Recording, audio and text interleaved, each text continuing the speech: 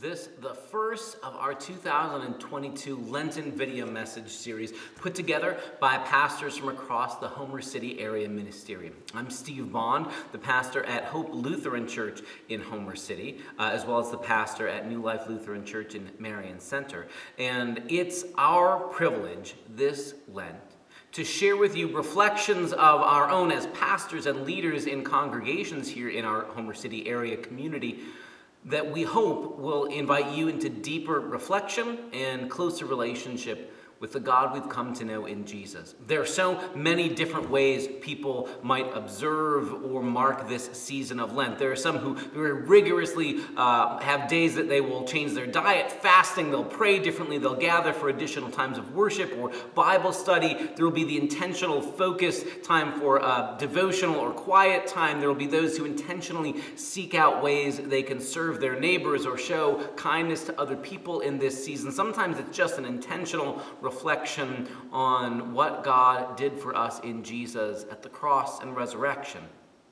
Any of those are helpful tools, ways for us to be drawn more deeply into the story of the God who meets us in the cross and resurrection. And this year, as the pastors of the ministerium got together, we thought it might be a good place to start to this year invite you to reflect on what are sometimes called the 7 last words from the cross. Across all 4 of the Gospels in the New Testament, Matthew, Mark, Luke, and John, there are sayings, things Jesus says even while he's dying on the cross. And we wanted to take a chance with each of these videos in our series to feature one, spend a moment reflecting on it, thinking on it, and then to let that lead us in our action and living and reflection in our daily lives. So we invite you not just to watch this video, but to be a part of this entire series. And of course, at the end of Lent, to join us for our annual in-person crosswalk on Good Friday across our Homer City community as we go from place to place across our Homer City community,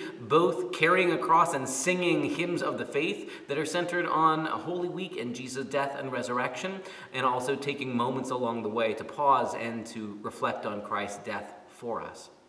So, to begin this series, I want to invite you to, for a moment, just pause, set aside whatever else you're doing. I know we live in a time where it's easy to multitask, and there's a video over here, and I'm reading a book and cooking something on the stove at the same time. But for a moment, just pause. Let's start with the first of the words from the cross. This version is taken from Mark's Gospel. You can find it in the 15th chapter, verses 33 and 34. When it was noon, darkness came over the whole land until 3 p.m. At 3 o'clock, Jesus cried out with a loud voice, "Eloi, Eloi, lema sabachthani," which means, my God, why have you forsaken me?" Those are difficult words. It's short, but boy, those are difficult words. And if I can be honest with you, pastor to people, of all the things that we hear from Jesus' mouth at the cross, for an awful lot of my life, this was the hardest of them for me to make any sense of, the one I least wanted to hear. I'm all for the later ones that come on the list. Father, forgive them, for they know not what they do. That's beautiful. The peacefulness of, into your hands I commend my spirit. There's beautiful things there, but this first anguished cry of dereliction, of feeling absolutely God-forsaken from the cross, it sends shivers down my spine to this day, and it makes me uncomfortable.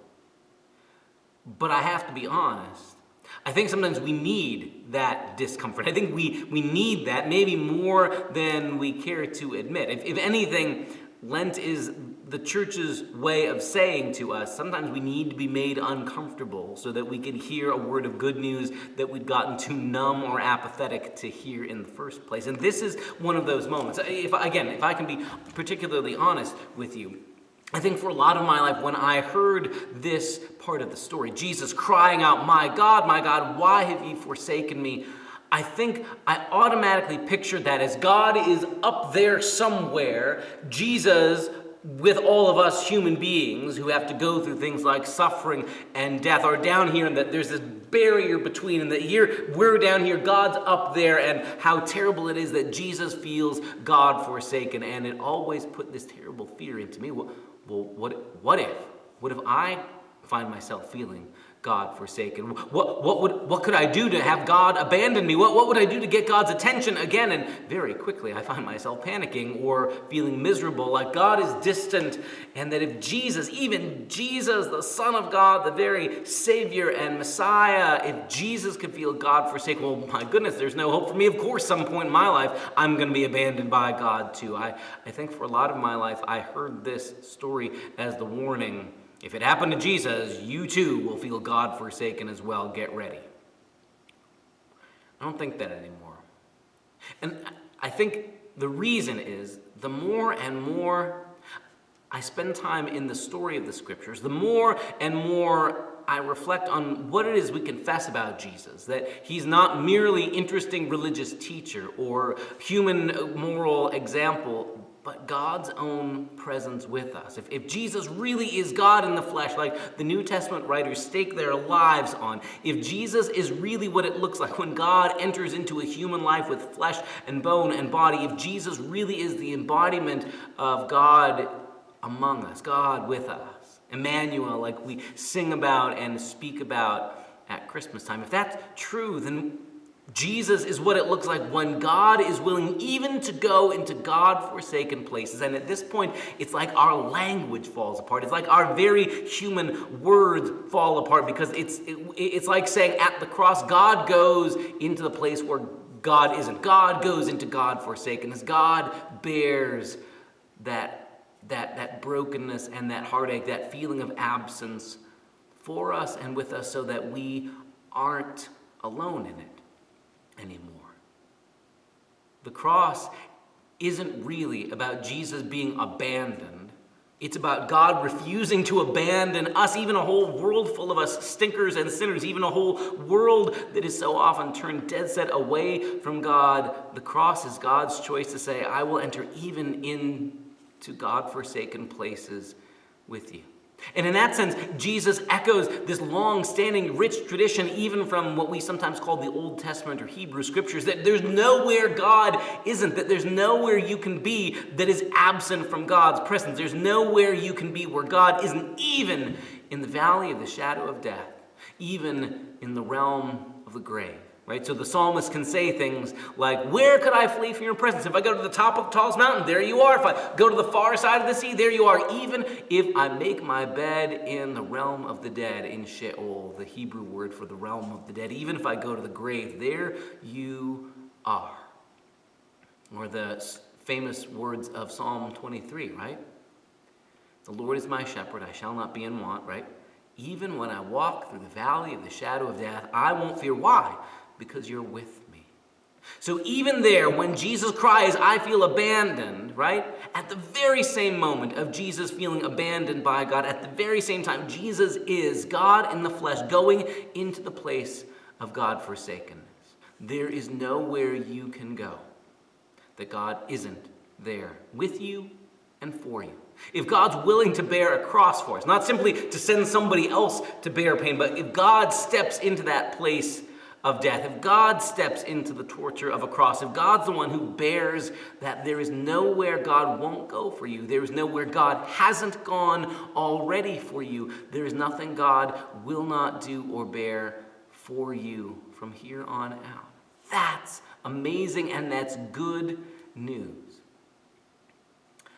So I want to ask you in these days, when sometimes it can feel like there are God-forsaken corners all over our world, as we hear on the news about another war unfolding and engulfing nations in Europe, as we are mindful of people in our own communities, families, neighborhoods who are dealing with really difficult diagnoses, the terminal cancer diagnosis, the chronic illness that won't go away, the complications in a pregnancy, the difficulty of somebody with dementia or Parkinson's or Alzheimer's disease.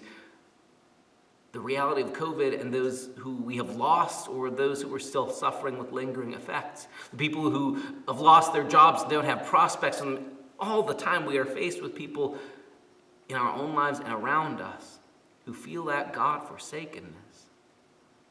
In those places when it really can feel like, where are you, God? Why have you abandoned me? The story of Jesus on the cross doesn't speak a word of despair, as if God's saying, yep, you're on your own. But the word from the cross is that God even goes into God-forsaken places. If God can show up in the human body of Jesus bleeding out on a cross, even in a place of utter God-forsakenness, and yeah, God shows up in your and my dark valleys. God shows up when you and I are the ones who feel like we're in the place of God-forsakenness.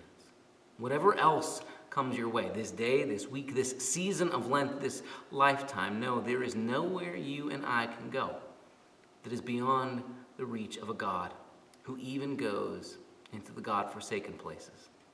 Blessings to you and yours this Lent, and we invite you to join us along next week as we continue walking through the 7 words from the cross.